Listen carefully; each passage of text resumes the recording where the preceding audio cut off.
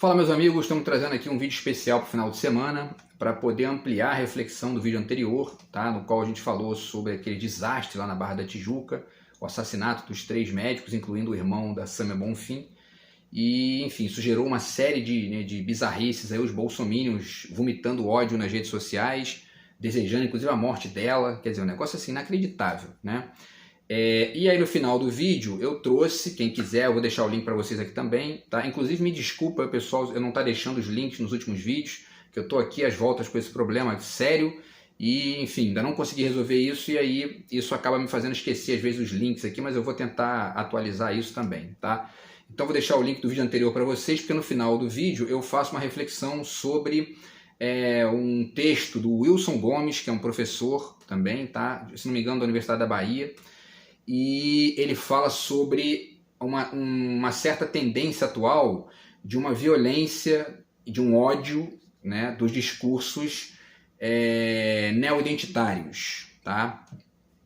Então vamos falar um pouquinho sobre isso e aí tentar ver, a reflexão do vídeo de hoje que eu vou trazer para vocês é tentando apontar alguns focos aí de conexão desses dois ódios, né? Do ódio bolsonarista e do ódio dos identitários que estão exercitando isso aí em maior ou menor medida em algumas situações, tá? Evidentemente que esse ódio dos identitários, ele é quase sempre menos violento, né?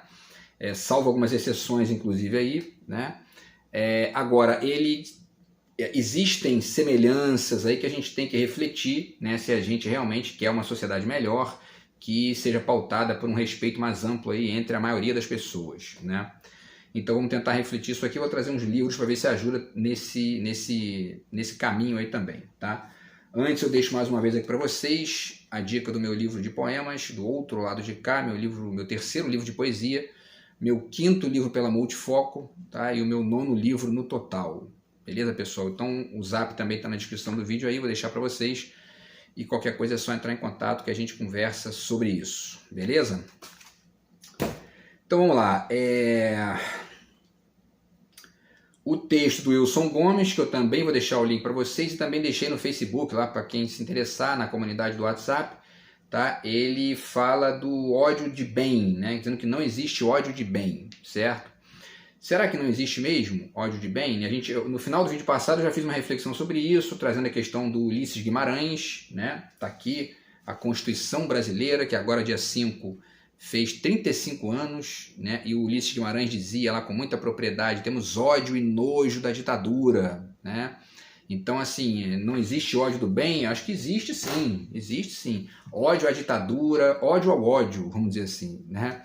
É preciso ter ódio ao ódio e ódio à ditadura, ódio à falta de respeito, ódio, né, a quem não consegue respeitar o outro, tá?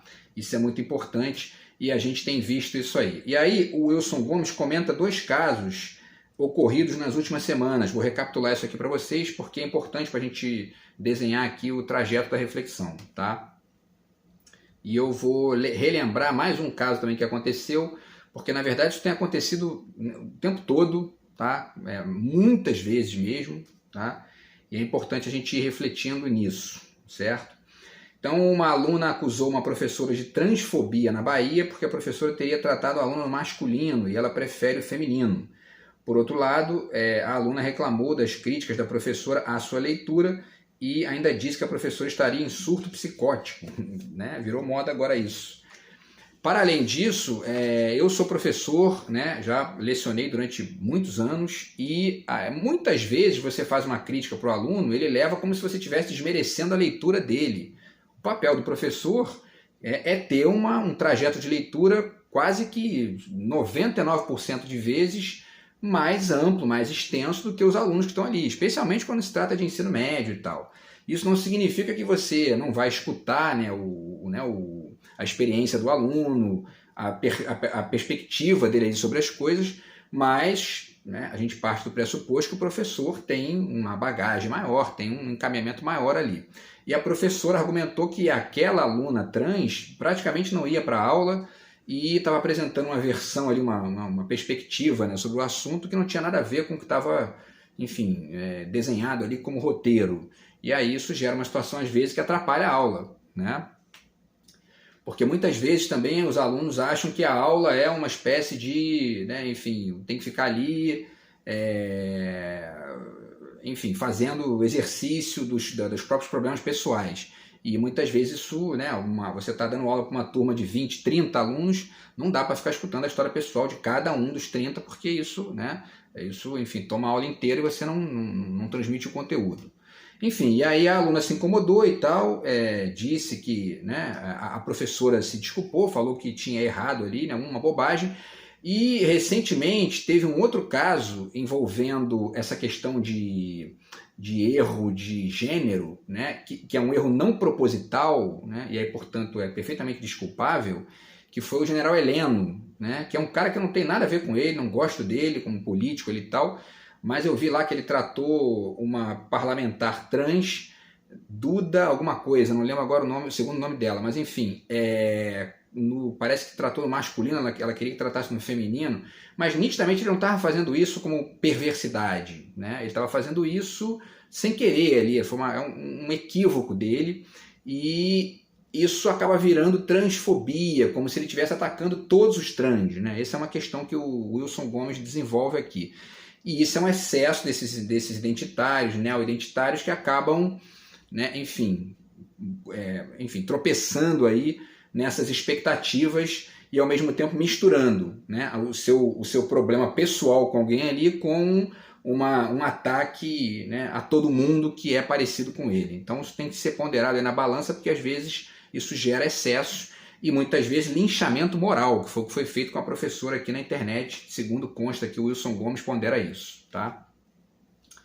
A professora foi linchada moralmente, mas a faculdade garantiu a ela o contraditório. Então, parabéns à faculdade também por fazer isso aí, porque isso é uma perspectiva, é uma postura muito importante, né?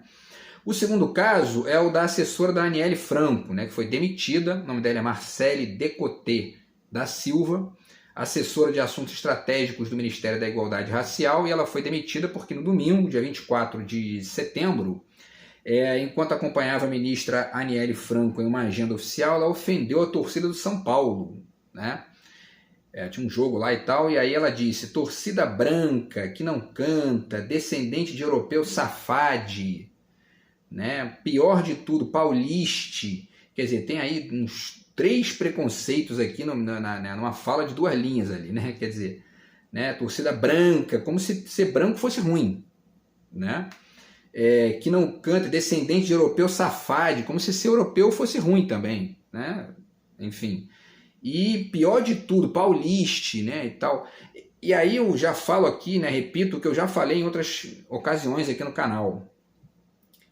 Esse tipo de bobagem, quando você fala numa conversa privada, quando você fala ali, né, com os amigos, e aí uns gostam, outros não, isso é desculpável, porque você falou bosta, mas falou bosta para os seus amigos ali, num grupinho, e aí alguém vai discordar, outro não. Agora, você publicar isso, você já entra num contexto diferente. Você publicar isso sendo assessora do Ministério da Igualdade Racial, pior ainda, né? E ela está usando, o que me parece, né, nuclear aqui nessa questão, ela está usando a linguagem neutra para vomitar ódio, né? O que denota que esse papinho de neutralidade, né, ele não existe. O que existe é respeito. Quer dizer, você gosta da pessoa A, do tipo de pessoa A, não gosta do B, bacana. Você só não pode ficar vomitando ódio contra essas pessoas, nem contra a vida privada dessas pessoas nos espaços públicos. Não pode, né?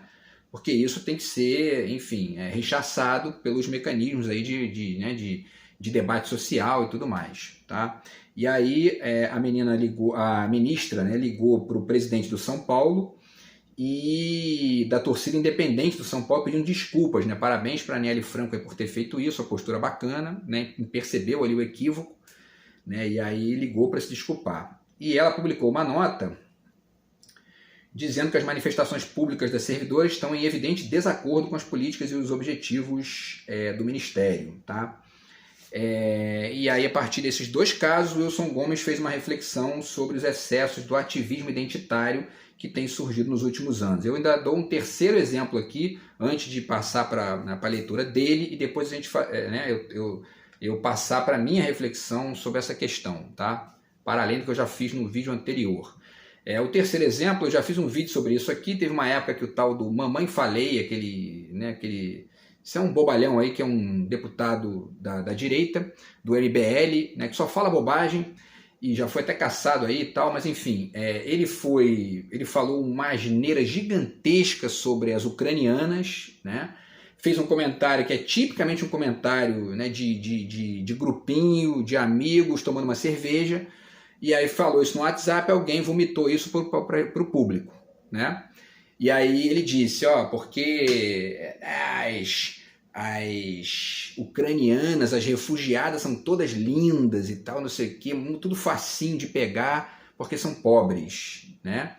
Então, repito, quer falar merda, quer falar bobagem, fala no seu grupinho de amigos ali, né? Junta ali 6 bolsomínios e fica falando asneira com eles.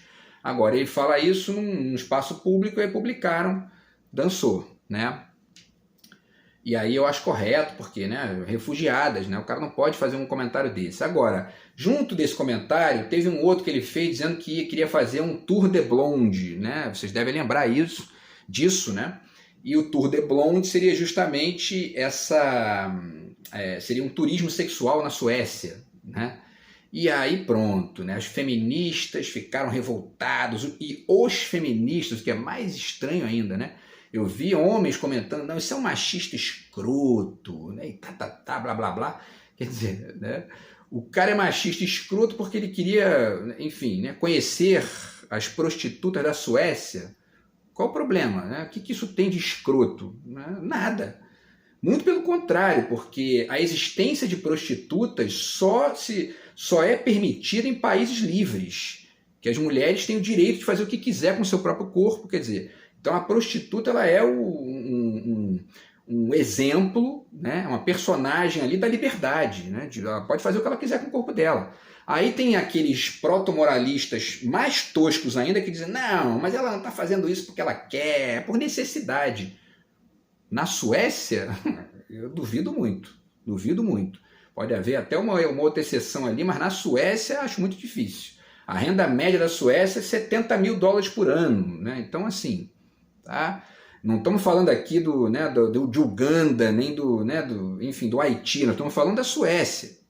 Então, assim, o que é isso aí? É esse neo-identitarismozinho proto-moralista querendo vomitar regra na vida privada dos outros, a partir de uma perspectiva neomoralista que ele vai desenhar aqui, que eu vou tentar desenvolver mais para a última parte do vídeo. Tá? Então vamos lá, vamos falar o que o Wilson Gomes pondera aqui. Tá? Ele diz que esses 2 episódios foram lidos, aqui aspas, né, foram lidos fora dos círculos habituais de condescendência, né, ou seja, né, o que são os círculos habituais de condescendência? São os grupos internos, ali, os segmentos que um concorda com o outro. Né? Então isso foi lido fora desses grupos como sólidas evidências das críticas que já se fazem ao modelo identitário de luta política. A beligerância permanente, quer dizer, são meio que, né, eles tratam a coisa como uma guerrilha de um contra o outro. Né? A satanização do antagonista, o que também é um problema, porque existe inclusive uma diferença entre você lidar com questões pessoais. E aí é um grande equívoco dos movimentos identitários, né? A dificuldade imensa que eles têm de lidar com isso. Por quê? Porque a vida privada é uma seara de multiplicidades infinitas, de escolhas, de conexões de símbolos, de conexões de práticas. Não é um pão, queijo, como é, por exemplo, na política de Estado relacionada à economia, que você percebe nitidamente as diferenças entre o projeto da direita e o da esquerda. Né? Não tem caso nenhum que você coloque alguém de direita no governo que não privatize a empresa pública, que não gere desemprego, que não gere pobreza. E não tem ninguém de esquerda que você bote que não seja contra a privatização, que tenha projeto de investimento público. Então, quer dizer, ali tem uma diferença muito clara. Na vida privada, isso é totalmente fragmentado, é totalmente complexo, é uma coisa que não tem condição de ficar nesse pão, queijo. Mas eles querem fazer isso porque é uma questão ali de afirmação meio que apressada, meio, né? E aí se torna beligerante. E aí no limite extremo você começa a querer vomitar regrinha na vida dos outros. Machista escroto, não pode querer ir lá pegar as prostitutas da Suécia porque senão é escroto, né? Isso é que é escroto, querer ficar taxando os outros né, em aspectos que não tem nada de escroto, é uma escolha do cara, ele faz o que ele quiser da vida dele, entendeu? Ele está indo lá, elas estão vendendo o corpo por escolha própria, por vontade própria, e ele gosta disso, vai lá, o problema é dele, entendeu? Senão a gente fica nessa babaquice, porque o nome disso é isso, babaquice, ficar querendo vomitar regrinha na vida dos outros, entendeu? Então vai encher o saco de outro, ou então vai estudar, que aí ajuda, ou então faz os dois, né? Estuda para poder parar de encher o saco dos outros, né? E aí ele continua, né? Beligerância permanente, satanização do antagonista, paixão por vigiar e punir, a vitimização como álibi para a violência, quer dizer, ó, a gente aqui, movimento negro, nós fomos aqui, né, fomos escravos, então todo branco é escroto, a gente tem que atacar aqui porque é isso aí, né? Não é assim que funciona, não é assim que se resolve a situação, né? E o duplo padrão moral adotado que não tolera a menor violação por parte dos outros, mas que concede imunidades especiais aos seus. Porque também tem isso. Ninguém é perfeito, ninguém é santo, né? Mas ninguém precisa ser bandido, vilão, né? Ninguém precisa ser, enfim, né? Cometer erros o tempo todo, né? Então, quer dizer, essa dicotomia radical, porque o neo-identitário ele se coloca numa posição moral elevada pelo seu sofrimento, né, histórico, e aí, a partir dessa posição, um errinho que o cara que não está envolvido nessa lógica, ele não se enquadra nesses grupos cometa, pronto, ele é linchado moralmente. Agora, se alguém faz isso que eu disse aqui, de dizer que o cara é machista e escroto, como ele está numa posição, né, de pretensa moral elevada, ele pode ficar chamando os outros de escroto, porque, né, não pode, não é assim que funciona, né? Senão a gente fica substituindo um autoritarismo por outro, né? E aí eu já deixo aqui, né, mais uma vez a reflexão, tá, para vocês. Lembremos aqui a questão da Hannah Arendt. Isso aqui para mim é uma ótima lição para essa gente que acha que pode ficar aí fazendo excesso contra a vida dos outros a partir dessa perspectiva moralzinha elevada de antigo sofredor, né? O Mossad, Serviço Secreto de Israel, tá, foi até a Argentina e entrou no país ilegalmente, sequestraram o cara lá sem autorização do governo argentino e levaram para a terra deles, Jerusalém, para poder julgar o nazista num tribunal que não tinha nada de imparcial, de minimamente ali terceiro, né? Era um tribunal totalmente armado pelos judeus para poder julgar o cara e matar ele no final, né? E foi assim que aconteceu. Então essa posição aqui, esse livro é muito interessante para pensar essa lógica que eu estou tentando apontar aqui, né? Do ódio, do que existe de semelhança entre o ódio bolsonarista e o ódio dos identitários, né? O ódio bolsonarista é isso, é o nazista, né? É o nazista que alguém diferente dele, ele quer matar, ele quer botar no campo de concentração, ele quer destruir, né? Eles são violentos, eles são, né, pessoas ali muitas vezes, enfim, que não têm a menor noção de respeito ao outro e são violentos. Agora, esses neo-identitários que ficam com essa conversinha fiada aqui de ficar xingando os outros com linguagem neutra, ficar dizendo que os outros são escrotos porque pensam diferente deles, numa questão que é privada, eles são iguaizinhos ao judeu que foi lá sequestrar o nazista lá dentro da Argentina, sem pedir autorização ao governo argentino, para levar eles para um tribunal próprio, né? Enfim, e aí tá essa questão aqui, né, do que ele fala da moral dupla, né? Os meus podem fazer, porque sofreram aí, entendeu? O outro não pode. E aí foram lá e julgaram o cara num tribunal que não tinha a menor imparcialidade, né, um mínimo de legitimidade. E a Hannah Arendt discute isso aqui muito bem, então acho bacana para desenhar isso aí, criar essa associação para pensar essa questão, tá?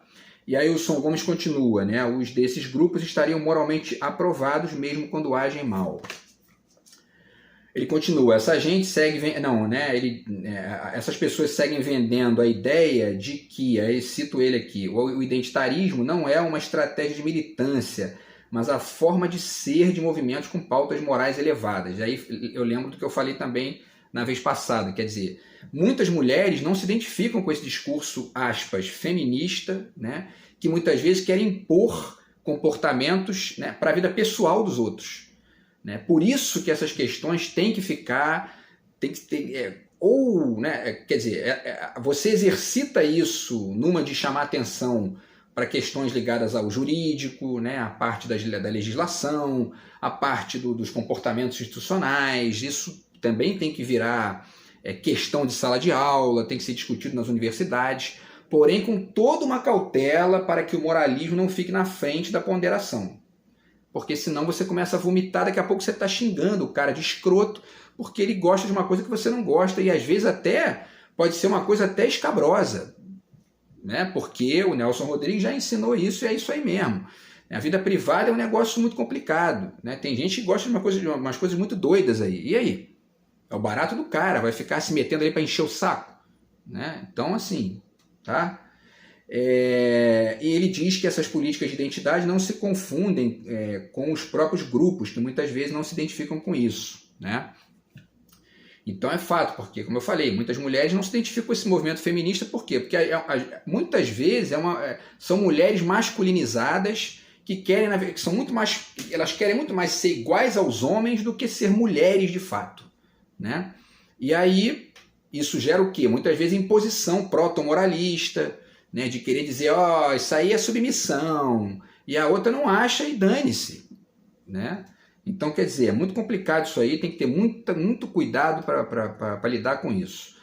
E aí continua, o movimento negro de fato luta por direitos, mas quem adota um padrão identitário de militância sobrecarrega essa luta quando não se desvia dela, para se dedicar cotidianamente às suas estratégias de vitimização, de vocalização do ressentimento, e muitas vezes essa vocalização de ressentimento fica escondidinha atrás de uma série de véus, né? Por exemplo, essa galera de psicologia, psicanálise, tá cheio desses neo-identitários aí bancando, né, o pastorzinho da vida privada dos outros através dessa referência, dessa conexão com Freud, Lacan, entendeu? E aí começa a vomitar bosta na vida dos outros, fazem cagada, né? Mas tem inclusive uma legitimidade ali, né? E aí a Natália Pasternak fez um livro aí falando, né, sobre o estatuto não científico da psicanálise. Eu não li o livro, mas eu acho que não está nem aí a discussão está em outro nível, tá?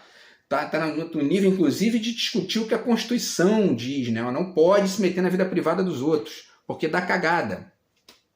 A vida privada tem que ser protegida, tem que ser o máximo possível, para que não haja interferências que acabam, às vezes, destruindo a vida de alguém, tá? Então essa gente tem um poder exagerado que eles têm que perder, tem que começar a perder. Essa é uma discussão política importante para a gente fazer aí nos próximos anos, porque isso está recheado de gente com esse proto-moralismo aí querendo vomitar regrinha na vida dos outros, e isso muitas vezes gera violência, gera prejuízo, né? E aí ele continua, defesa do seu monopólio da virtude, que é muito esse comportamento dessa galera que faz parte de grupos que foram historicamente oprimidos, né? Então você tem que saber, você é judeu, você foi, né, seu povo sofreu com o nazismo, então faça o possível para que isso não aconteça com ninguém, né? Você não pode querer revidar isso em outra pessoa, né, para poder se vingar do que os nazistas fizeram com você. Você tem que tentar contribuir para que não aconteça com ninguém, né? Senão acaba sendo trocar um autoritarismo por outro, tá? E aí ele continua, né, de coleta e bababá de pessoal de exercício, né, pessoal de bônus e compensações devidos a todos aqueles de quem se proclama representante, de guerrilha permanente, né? É o neomoralismo, é um racismo reverso, né? Tem muita gente que diz que não existe, existe sim, tá? E aí ele diz, né, desculpem, isso não é luta para conquistar coisas, mas por superioridade moral, por posições no mercado de virtudes, né? Há identitários de esquerda e de direita, conservadores ou liberais, só não há identitário universalista, tolerante e pluralista, por incompatibilidade de valores. E aí eu acho também que vale aqui uma ponderação em relação ao que ele diz, porque há identitários pluralistas, e ele diz universalista, tolerante e pluralista. Eu acho que até há, né, pluralistas, só que a ideia de pluralismo ela é problemática, ela é muito complicada, porque no limite ela é homológica, né? Você chega num ponto que plural é qualquer coisa, certo? E aí você pode tudo ali, né? Então, assim, a reflexão que a gente tem que fazer, pensando aqui, por exemplo, né, na questão ligada nesse texto aqui do do Mia Couto, já falei muito dele, né, que ele fala que quer uma linguagem plural, de um homem plural, mas ele faz uma ponderação aqui, ele diz que uma linguagem local, uma linguagem para, né, para ser terra e para ser asa. Né? Ele faz uma distinção que a ideia de pluralidade em si mesma não tem. Se você não faz essa distinção, você fica meio que, você abre espaço para qualquer coisa. Né? Então, essa denúncia do Wilson Gomes aqui, que está sendo, né, feita numa perspectiva bacana, importante, ela carrega aqui essa questão, quer dizer, o identitário, ele muitas vezes exercita o seu ódio a partir de uma conexão com a perspectiva pluralista, porque ela acolhe qualquer coisa. Né? Então, essa ideia de plural aí, ela tem que ser pensada com certas cautelas. E aí eu acho, né, finalizo aqui a reflexão, tá? Dizendo como que eu acho que isso tem que ser feito, pelo menos em parte, né? Por quê? Porque nós estamos vivendo, né, a lógica da modernidade líquida até hoje, cada vez mais líquido, vamos dizer assim, né? E o plural é isso, o plural é líquido, né? Só que como isso gera esse tipo de coisa aí, tanto o ódio dos neo-identitários, que é um ódio ressentido, de cunho, né, de neo-oprimido, quer dizer, né, de pessoas de pós-oprimidos, né, é um neo-ódio de pós-oprimido. Também tem o ódio e também tem o ódio dos conservadores, que já é um ódio que de certa forma também já é um ódio meio que nostálgico, vamos dizer assim, né, porque eles já perderam aquela posição, né, de poder vertical e agora estão querendo posar de revolucionário para poder botar o mundo para trás, né? Mas esses dois ódios se encontram aí, né, nessas guerrilhas sociais do ressentimento com o conservador moralista. Os dois são moralistas, né? E isso só prejudica. E aí, então, diante dessa realidade líquida que a gente está vivendo, né, a gente tem que pensar o seguinte, ó, nessa ideiazinha de singularidade que está aqui na ponderação do Jefferson Tenório, no Avesso da Pele. Tá? Ele fala na página 61, aqui uma referência que eu gosto bastante. Ele diz, ó, é necessário preservar o avesso, né? Ele chama de avesso, eu prefiro chamar de singularidade. Preservar aquilo que ninguém vê, porque não demora muito e a cor da pele atravessa nosso corpo e determina nosso modo de estar no mundo. E aí você, de alguma forma, tem de preservar algo que não se encaixa nisso, pois entre músculos, órgãos e veias existe um lugar só seu, isolado e único, e é nesse lugar que estão os afetos, e são esses afetos que nos mantêm vivos. Então, assim, é entender que todo mundo tem um lugar ali que está para além, né, tem uma singularidade na sua própria existência que está para além de qualquer cor, de qualquer sexualidade, de qualquer... Né? E aí é o exercício de afronta a essa singularidade tem que ser atacado, e não a singularidade do outro. Né? Porque senão você vira um neoditadorzinho de quinta categoria. Tá? E aí acho bacana também citar o Transparência do Mal de novo, do Jean Baudrillard, certo? Porque chama atenção para isso aí, tá? Essa questão do outro, né, que é muito importante, tá? E também, para finalizar, o Gessé Souza fala umas coisas interessantes aqui também nesse livro, tá? Que é o Herança do Golpe. De repente eu vou fazer mais um vídeo aí falando sobre isso aqui, tá? Porque ele fala, num ponto aqui, eu estou lendo esse livro agora, ele fala da sociologia do agregado, né? Ele está pensando a questão da classe média ali em relação ao rico. Mas isso, de certa forma, dá para ser usado para pensar também, porque da mesma maneira que tem o pobre de direita, né, tem o oprimido conservador. Né? E isso, eles têm muita semelhança. Tá? Dá para a gente fazer também mais vídeos aí pensando nessas conexões, porque isso ajuda a entender um pouco desse moralismo retrógrado de certas figuras que estão aí, uns pousando de conservador, salvador da família dos outros, e outros pousando de pós-oprimidos que são os donos da verdade, que querem vomitar a regra na vida privada dos outros. Né? Então a gente tem que superar essas duas posições aí, ou mantê-las, né, numa posição radicalmente coadjuvante para que não fiquem, né, protagonizando violência, porque é isso que está gerando violência no que a gente está vivendo aí nos últimos anos. Beleza, pessoal? Então é isso, tá? Tinha outras coisas ainda para falar, para vocês verem como o assunto aqui é grande, né? Tem várias conexões críticas bacanas. Eu vou tentar fazer outros vídeos aí para poder desenvolver outros tópicos aqui dessa questão, beleza? Então é isso, a gente se fala no próximo vídeo do canal. Um grande abraço, tamo junto, fui.